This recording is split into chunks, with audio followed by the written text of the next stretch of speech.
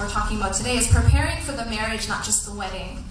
And one thing that's very, very common that happens, as in the scenario that he described, is that so much of our preparation, so much of our anticipation, so much of our focus when we're getting married is actually on the wedding.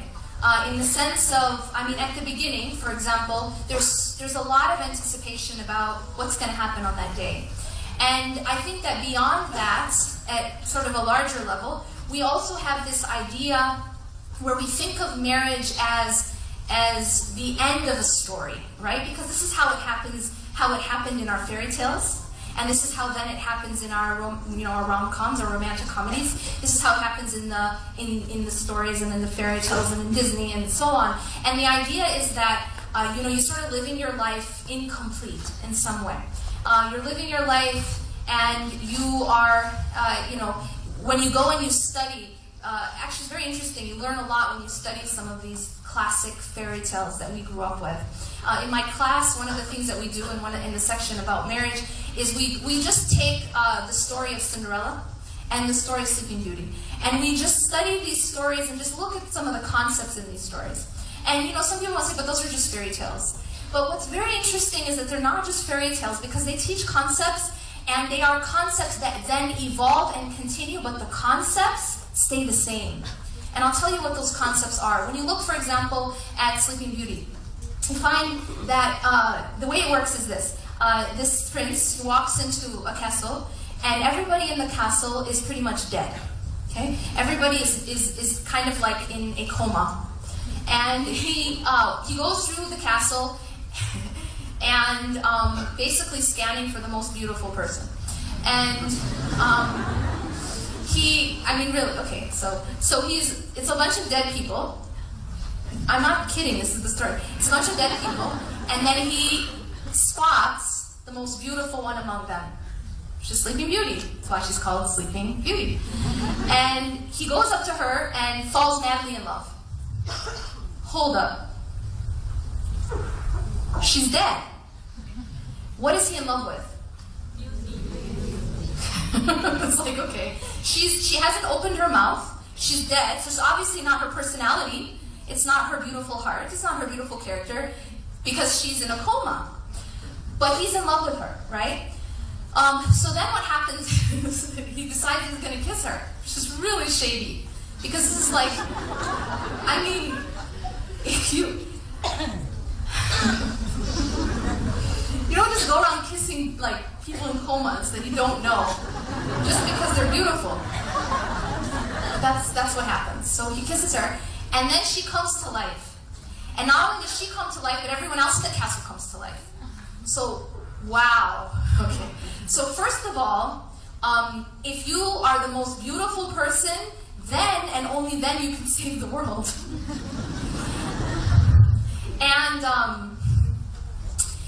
And the idea here, and the message here, is that your life literally does not begin until a prince comes to kiss you. Until a prince comes to save you, literally save you.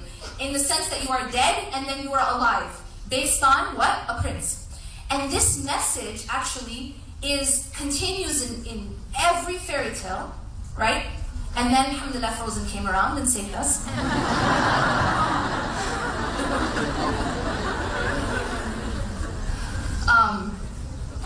So anyway. So this is the message in all of them, right? So then you have Cinderella. And the idea in Cinderella is you have this woman who's abused, right? She's abused by her step-parents, her stepmother, and her sisters.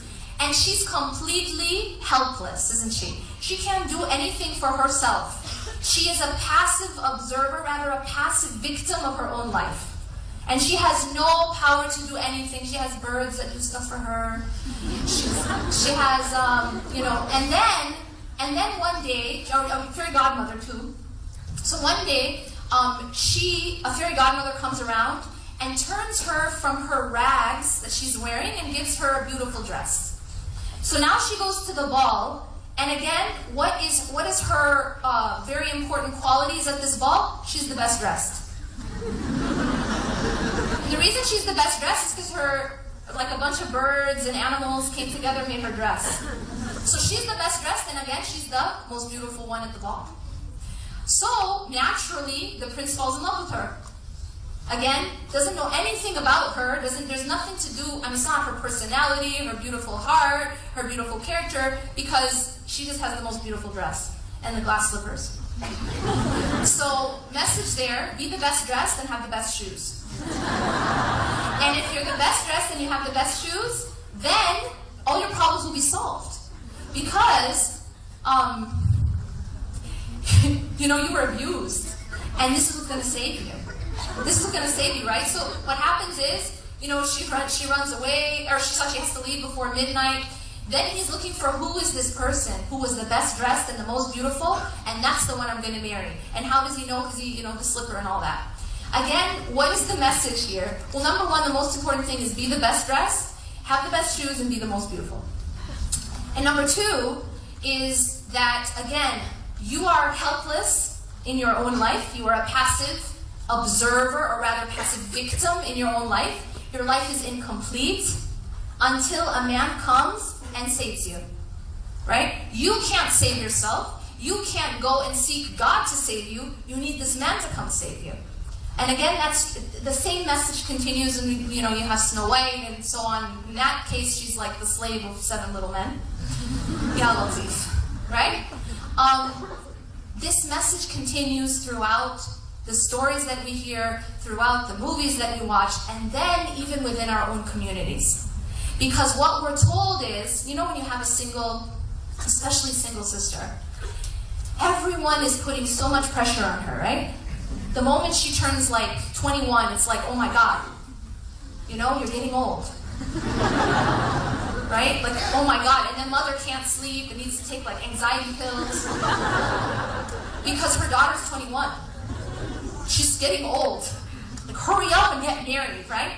And the idea is there's pressure from every direction. When are you going to get married? And the idea is, yes, marriage, as the Prophet ﷺ said, when a person gets married, they've completed half their deen. Allahu Akbar. But see, this has been misunderstood. When you say that you've completed half your deen, that does not mean that you were an incomplete human being and you needed another human being to complete you. Because if that were the case, how could Maryam alayhi salam, how could she have been one of the most perfect women? Right?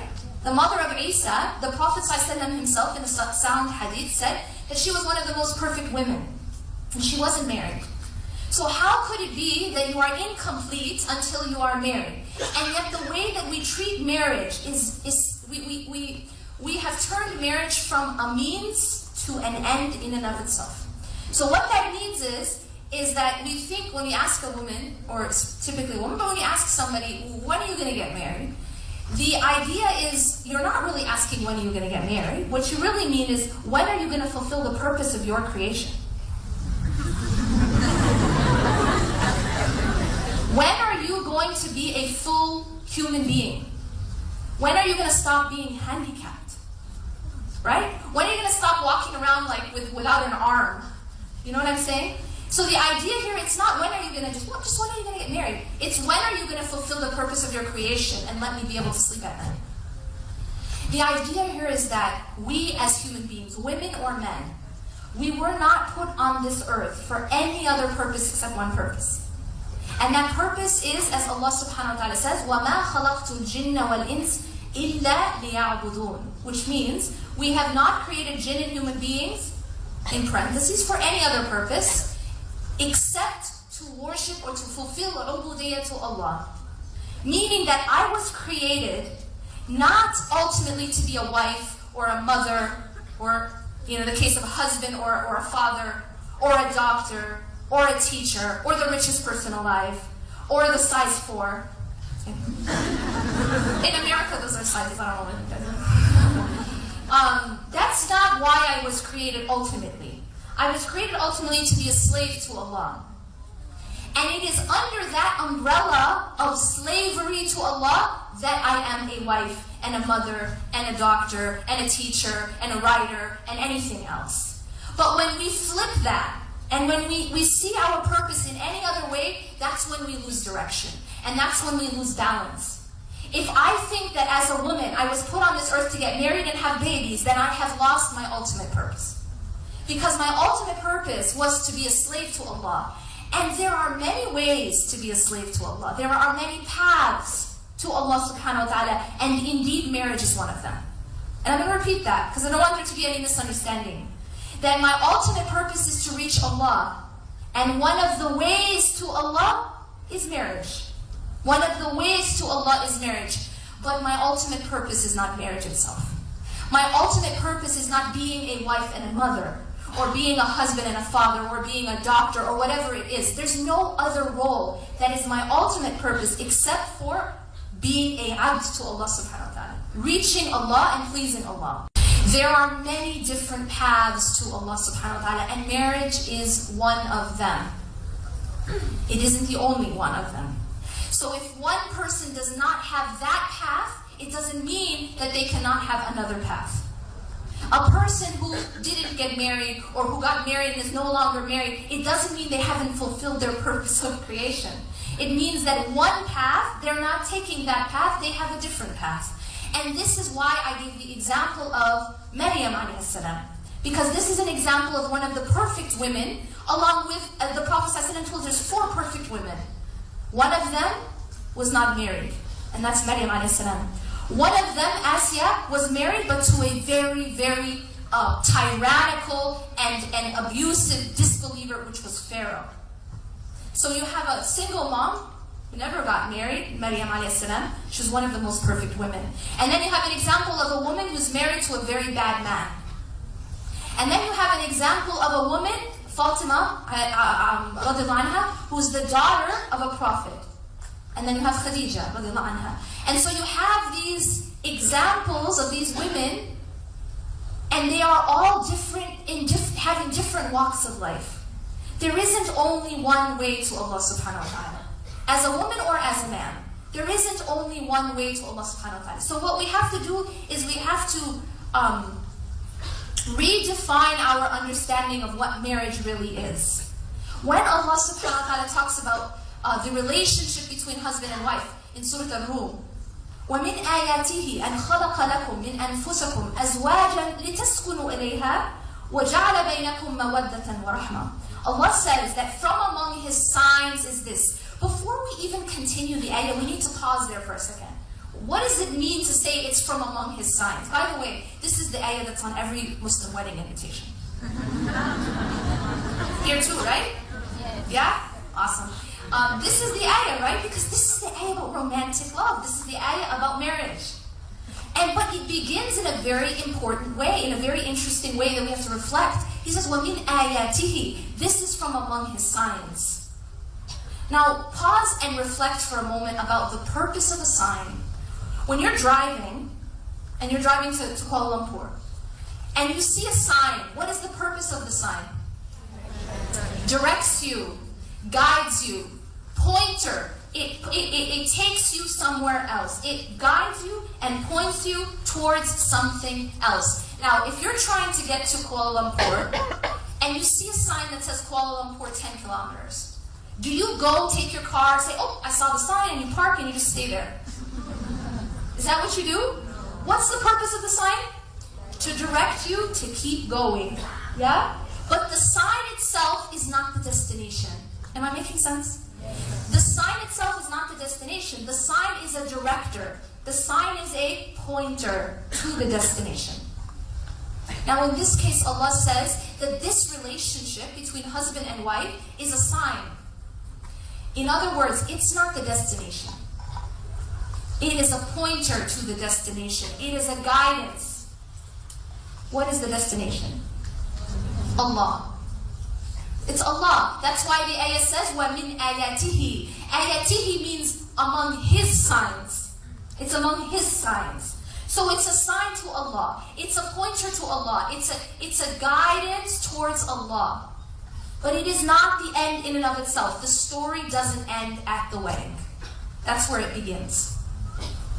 It doesn't end there. That's where it begins. Because this is the path. And this is one of those vehicles that's supposed to help you in that path. But it isn't the end. It's not You know, like in the stories and in the movies, where does the story end? At the wedding. Like the dude, that's when the story ends. Yeah? It's like the end. Then they lived happily ever after. Nah, that's not how it works. This isn't the end. This is the beginning. The beginning of now, this is a vehicle to take me to my end. My end is Allah. Never ever mix up the two. Never mix up the means and the end. Don't mix them together. Because if you do that, that's when you really, really suffer. And you lose direction. Because you think that this is the end. It's a means. It's a means. وَمِنْ آيَاتِهِ أَنْ خَلَقَ لَكُم مِنْ أَنفُسِكُمْ أَزْوَاجًا لِتَسْكُنُوا إِلَيْهَا. So from among His signs is that He created spouses for you, that you may dwell in tranquility with them. Part of this relationship is this sense of stability and this sense of peace and this sense of tranquility. وَجَعَلَ بَيْنَكُمْ مَوَدَّةً وَرَحْمَةً. Now, mawaddah and rahmah, these two concepts in marriage, this is such a perfect summary of what is needed in that relationship. Now, the word mawaddah is translated as what? Love. But then what's hubb? So wait, they're two different words, and in English we say love for both, right? So in Arabic you have to understand that no two words have the exact same meaning. There's a different shade of meaning between mawaddah and hubb. And the difference is linguistically is that hubb means love. And this love can be something I feel in my heart. But mawaddah is different. Mawaddah, you know the name of Allah, al-wadud? Wid is a type of love that is expressed. So you see the difference between hubb. And this ayah doesn't say, وَجَعَلَ بَيْنَكُمْ حُبْ وَرَحْمَةً. It doesn't just say love, but it is expressed love. You know the Shaykh before? Yikes. He was talking about this concept of how there's mawaddah at the beginning, and then and then what carries you through is rahmah. But what I would actually say is that expressed love needs to be throughout the relationship. And to say that that just ends, you don't need to express love anymore, express love for the first few weeks in the honeymoon, and then after that you just put up with each other. No! Like, expressed love needs to carry you through the relationship. That's what mawaddah is. Mawaddah means that you are not just feeling love. You know, so many people say, oh, but I love my spouse. Okay, when was the last time you expressed it? But I love them. When was the last time you expressed it? If you love them, that's just hope. That's just hope. But when you say mawaddah, this is expressed love. And a part of keeping this relationship strong, it is not enough to just say I love them in my heart. It's not enough. You know, it's kind of like the people who say my hijab is in my heart. Right? I pray in my heart. I fast in my heart. I give zakah in my heart. It doesn't work like that. How can I say I love Allah, but my expression, it's all in my heart? I don't express it, right? This is what people are saying when they say my hijab is in my heart, or my prayer is in my heart. I'm saying I love God, but I don't express it. It doesn't show in my action. That doesn't work. Love needs to be expressed. And when Allah says, الَّذِينَ آمَنُوا وَعَمِلُوا الصَّالِحَاتِ, these two have to go together, don't they? Those who believe and what? Do righteous deeds. Allah always connects the belief, in other words, the feeling inside, and the expression of it in action. الَّذِينَ آمَنُوا وَعَمِلُوا الصَّالِحَاتِ. So we cannot say I love, but I don't show. I love, but I don't express in any way. Our love for God is expressed. I don't pray in my heart only. I don't wear hijab in my heart only. Yes, in my heart I pray, but I also pray externally too. I also express it in my action. Similarly, human love is kept strong when it is expressed. And therefore the word used in this ayah is mawaddah. Mawaddah, not just hope. So expressed love, and then rahmah, mercy and compassion. And yes, this is necessary. This is the aspect where we are able to overlook. We are able to be compassionate and caring and empathetic. and feel what the other person is feeling and be able to give them 70 excuses and be able to feel that, they're not acting this way because they want to hurt me. They're acting this way because they're going through this and they're going through that. This is compassion. And this is necessary. This is a necessary ingredient. Mawaddatan wa rahma. And then again at the end of the ayah, Allah repeats that this is a sign. A sign for who? Those who reflect. Those who think and contemplate. Those who understand. So Allah begins the ayah by saying this is a sign, and He ends the ayah by saying this is a sign. And in the middle, He's talking about romantic love. So this idea of marriage, Allah is showing us in this ayah that this is a sign of Allah. It isn't the destination. So we have to use it as a means. It's a path to Allah subhanahu wa ta'ala. It's part of the journey, it's not the end itself. And when we put things into perspective like that, it totally changes how we interact within marriage. And this really brings us to the heart of the question of, are we preparing for the marriage, or are we just preparing for the wedding? Are we just saying, okay, I got married, check that. It's kind of like you have like a list of things you need to do in life. Check, done, It's not the end, it's the beginning. And how is it that you're going to prepare for that wedding, for that marriage? Is that when you see this as part of your path, then you interact within that relationship very differently. One of the biggest problems is when you enter into any relationship with another person, expecting that person to complete you, expecting that person to give to you, to fulfill you, to make you happy. And the idea here is when the focus is what you're going to give me, this is when you face a problem. Because if I come in empty-handed, if I come into a relationship empty, and I expect to be filled, that is a recipe for disaster. The reason is that, remember what we said, marriage in and of itself is part of the path to God. And therefore it's supposed to be helping me become what? A better person. It's not ultimately about fulfilling, completing, and making me happy.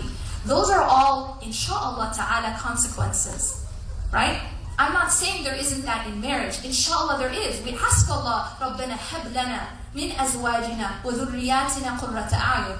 Oh Allah, bless us with the gift, and this is, by the way, an unexpected and undeserved gift, of making our spouses and our children the coolness of our eyes. There is happiness and comfort in marriage, inshallah ta'ala, if Allah gifts you with that. But that's not the ultimate purpose. It's not for you to make me, fill me, make me happy, make me complete, make what was empty full. No, the purpose is for you to help me be a better person. And that's very, very different.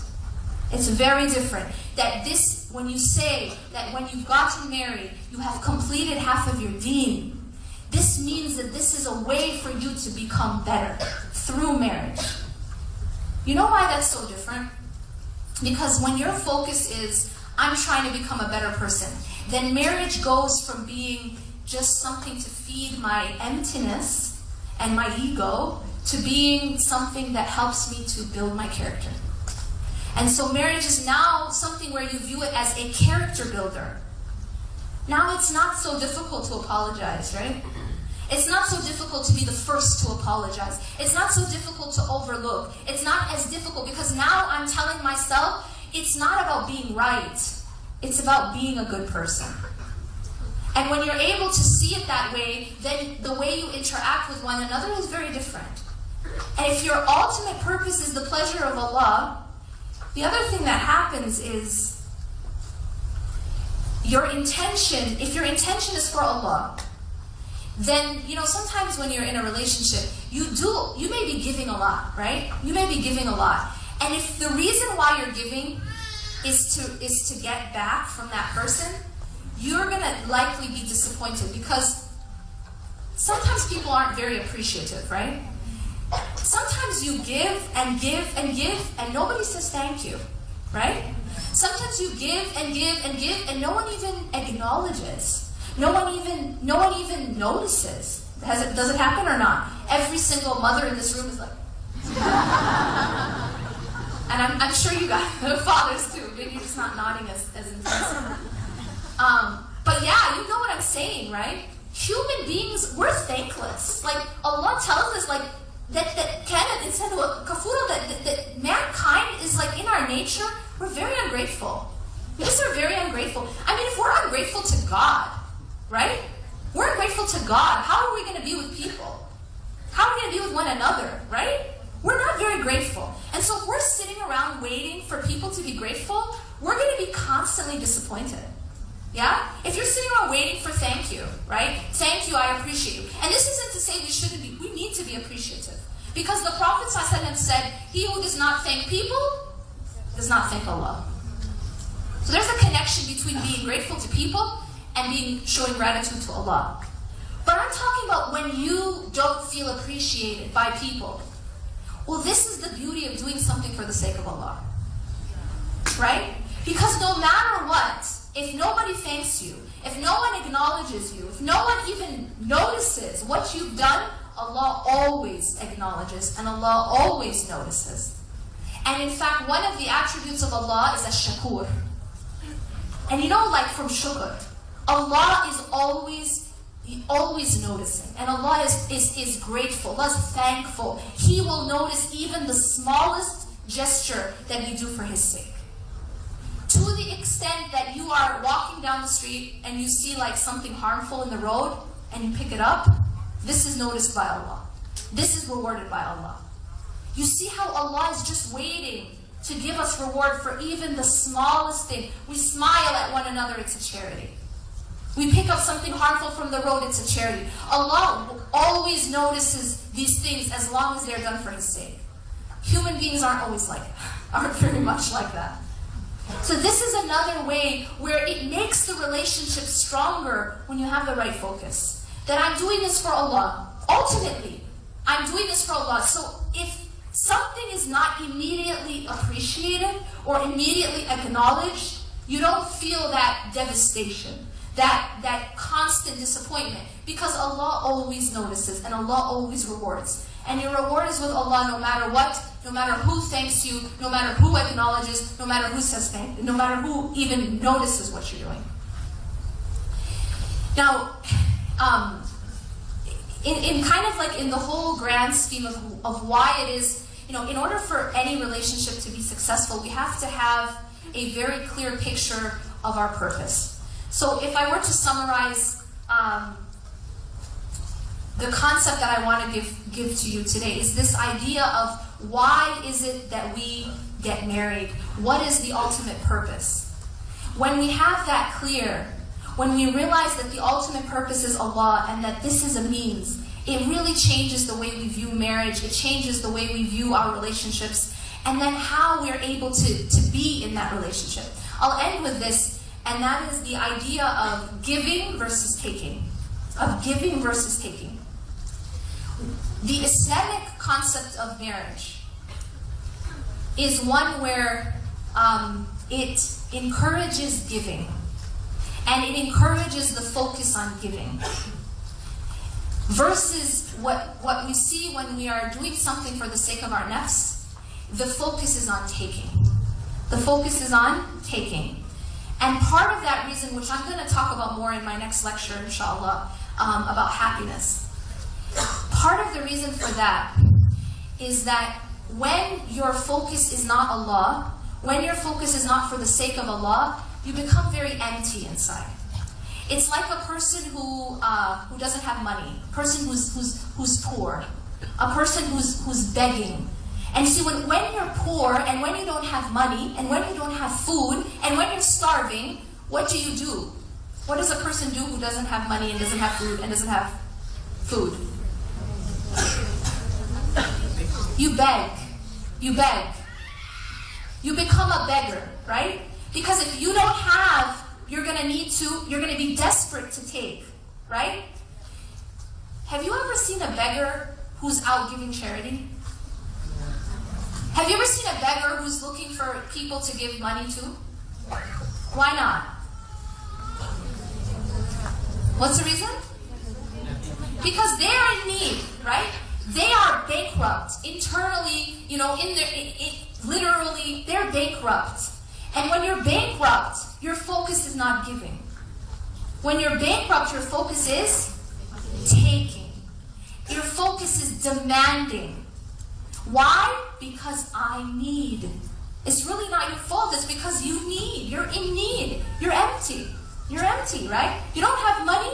You don't have food. Of course you're going to be begging. Of course you're going to be demanding. Of course you're going to be focused on taking. You don't have the capacity to give. So how can you focus on giving? Make sense? So what is the problem? The problem is when I enter into any relationship, empty. When I enter into any relationship, poor, I'm going to be a person who's demanding and focused on taking. I can't possibly be anything but selfish when I'm starving. Make sense? Enter relationships rich. Don't enter relationships poor. Enter relationships already rich. And that richness only comes by begging from the king. By building the relationship with Allah, with the king, consistently. Consistently. That's where you get full. So you have to have that. Be very careful. Be very careful about entering into a relationship and losing that fuel and that filling and trying to now get filled from the relationship itself. Very dangerous. You not only harm yourself, you will harm the relationship and you'll harm the other person. Because you are both beggars. The husband is a beggar, the wife is a beggar. You can't beg from another beggar. You have to go to the king. And the more that you fill up, the more rich you become from the king, the more generous you can be in that relationship. And the more you can focus on giving and not be one of those people who is just demanding because they are poor inside. أقول قولي هذا واستغفر الله لي ولكم إنه غفور رحيم سبحانك اللهم وبحمدك أشهد أن لا إله إلا أنت أستغفرك وأتوب إليك والسلام عليكم ورحمة الله وبركاته.